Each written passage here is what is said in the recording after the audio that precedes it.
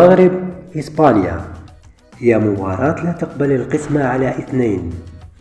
في نظري لو يتخطى المنتخب المغربي إسبانيا في هذا الدور فعلى المنتخبات الأخرى الحذر ثم الحذر من المغرب.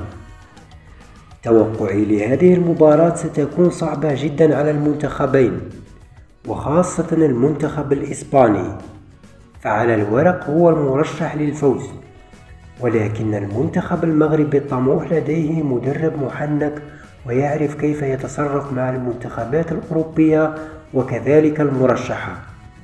لو يدخل المغرب بنفس طموح وتكتيك مباراة بلجيكا سيتخطى إسبانيا بكل تأكيد.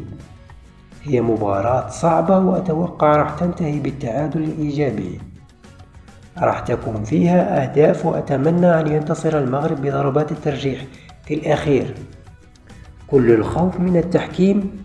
كلنا شاهدنا مباراة السنغال وإنجلترا، كان الحكم منحاز نسبيا لإنجلترا في عديد المرات.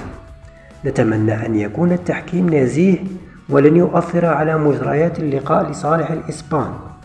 وفي الأخير نقول الفوز سيكون للمغرب إن شاء الله بدون عاطفة، لأنه منتخب قوي وقادر على إطاحة أي منتخب مهما كان، كما يقول إخواننا المغاربة: ليجا بسم الله.